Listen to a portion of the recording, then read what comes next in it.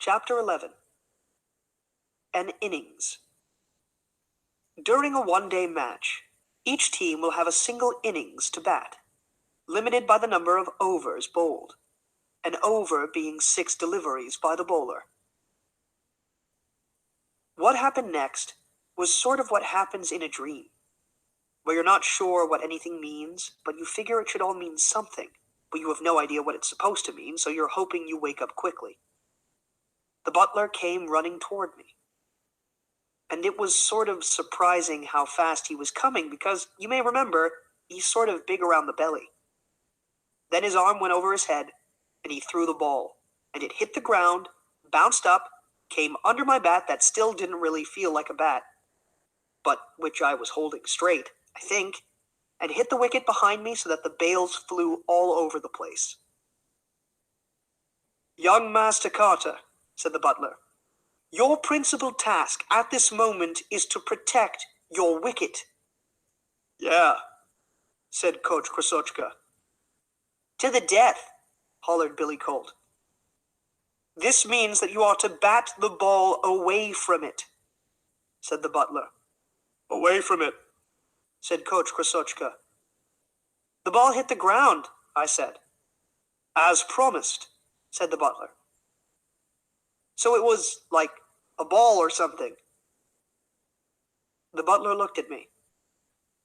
"It is a ball," he said. "No, I mean, like the opposite of a strike, a ball." "You are confusing your sports, young Master Carter. This is cricket." "Cricket, not baseball," said Coach Krasochka. "So the ball is supposed to hit the ground?" "Of course. Shall we try it again? Coach Krasochka, if you will toss the ball back and reset the bails." "Excellent. Young Master Carter, we are calling that first disaster a trial run. Now, are you ready?" "Pay attention, Jones," said Carson Krebs. The sounds of high screeching.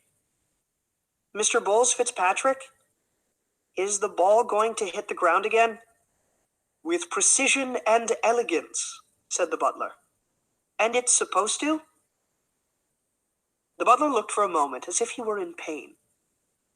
"Is there a need for excessive repetition?" he said. I swung the bat a couple of times. "Okay," I said. "Okay, I get it.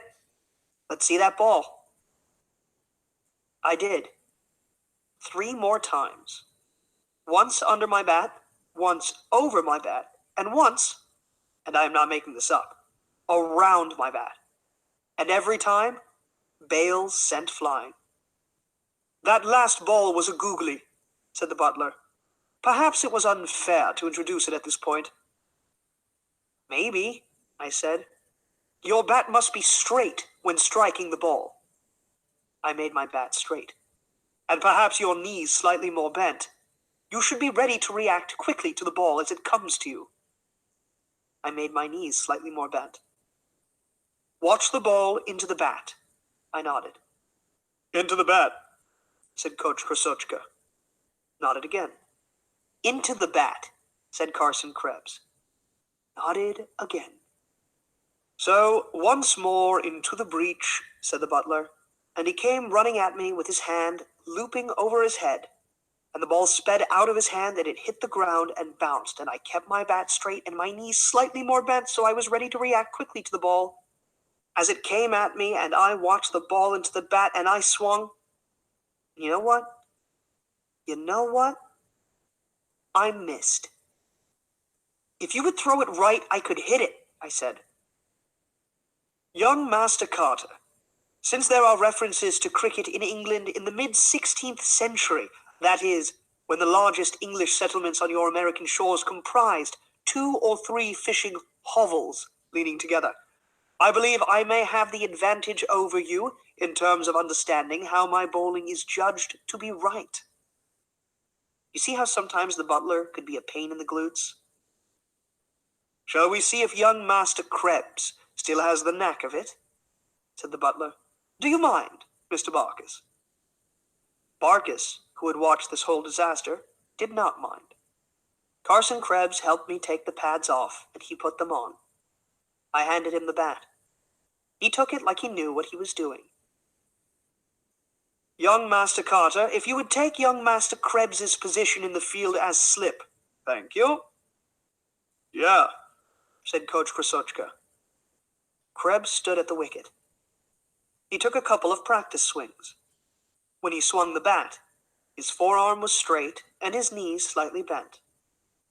You all ready then? Said the butler. Krebs nodded. The butler came running at Krebs, and Krebs waited, watched. And the ball came at him and bounced, and Krebs batted the ball way over the heads of all the slips. Actually, he batted the ball way over the heads of all the fielders from the 8th grade varsity cross-country team and Billy Colt and me every single time he swung. Did you get that? Every time he swung. Even against the googly. Well played, young Master Krebs. Balancing off the back foot and quite upright in your stance. One might almost think you had learned from Sachin Tendulkar himself. Krebs grinned. I saw him play once. He gave me his bat after the match. A noble gesture indeed. Thus the advantage of 2 years living in New Delhi. Perhaps you will be so good as to show young Master Barkis the proper hold on the bat, and we will proceed.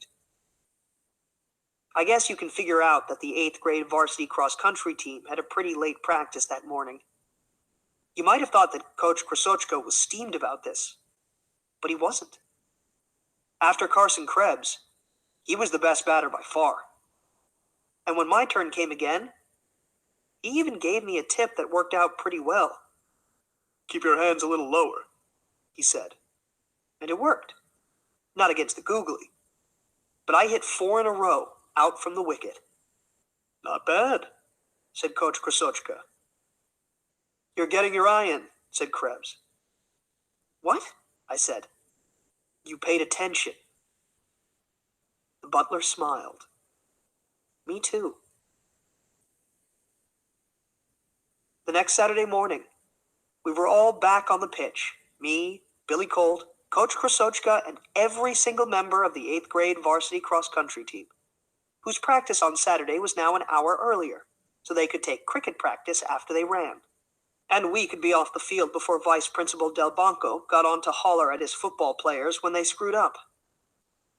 This time, we all tried bowling, and it turned out Billy wasn't half bad.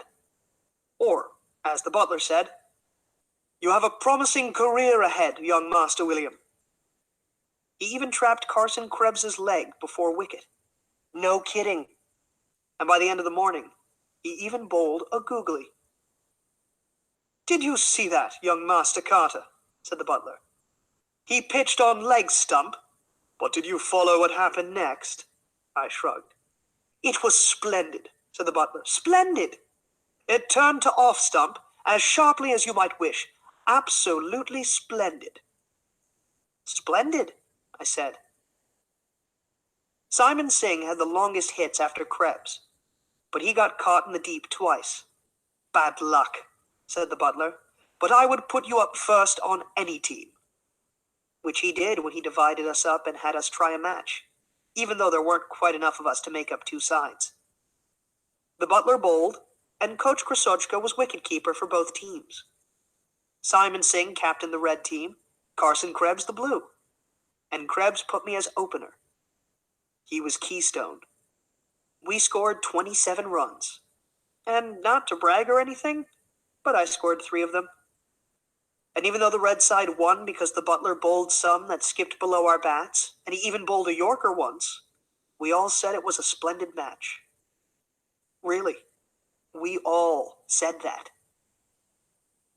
And you know how good scoring 3 runs feels when you're playing with a team of 8th graders? So when the butler told me that night that he was taking Annie and me to a J.M.W. Turner exhibition at the Marysville Public Library while my mother rested, a rare and wonderful opportunity, I didn't say a thing. Not one complaint. Not one. Not after 3 runs. And not after the butler let me drive the eggplant to the library.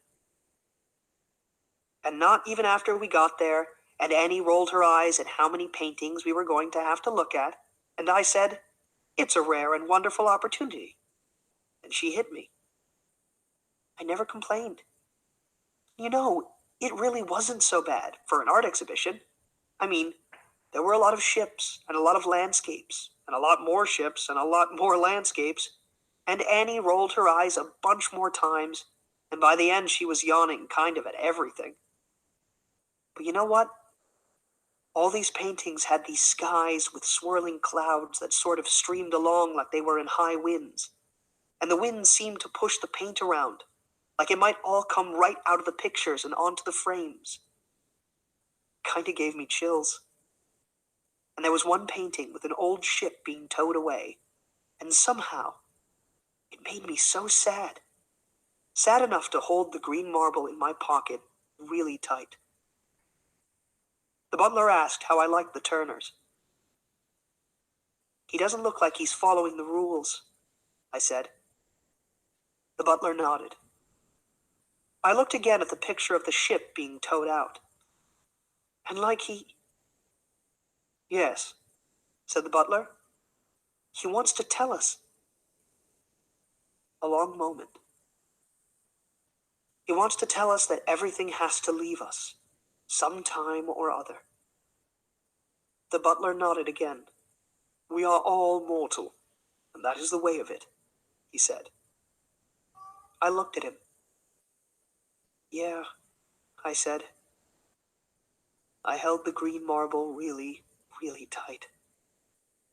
Anyway, the art exhibit was a lot better, a whole lot better than Sunday night, when the butler announced that funds had been set aside in my grandfather's bequest for an education in the arts. And so he was taking me and Emily and Charlie to a ballet exhibition in the brand new Marysville Civic Auditorium. So we went. And I won't even tell you what people did up on their toes, on the stage, right in front of everybody. I won't even tell you what they were wearing. I especially won't tell you what they were wearing, which wasn't much. Emily and Charlie loved it, and they hugged the butler and then me when it was finally over. "Can we go again sometime?" said Charlie. "Certainly," said the butler. "I think Mom would really enjoy a turn," I said. "That may be," said the butler.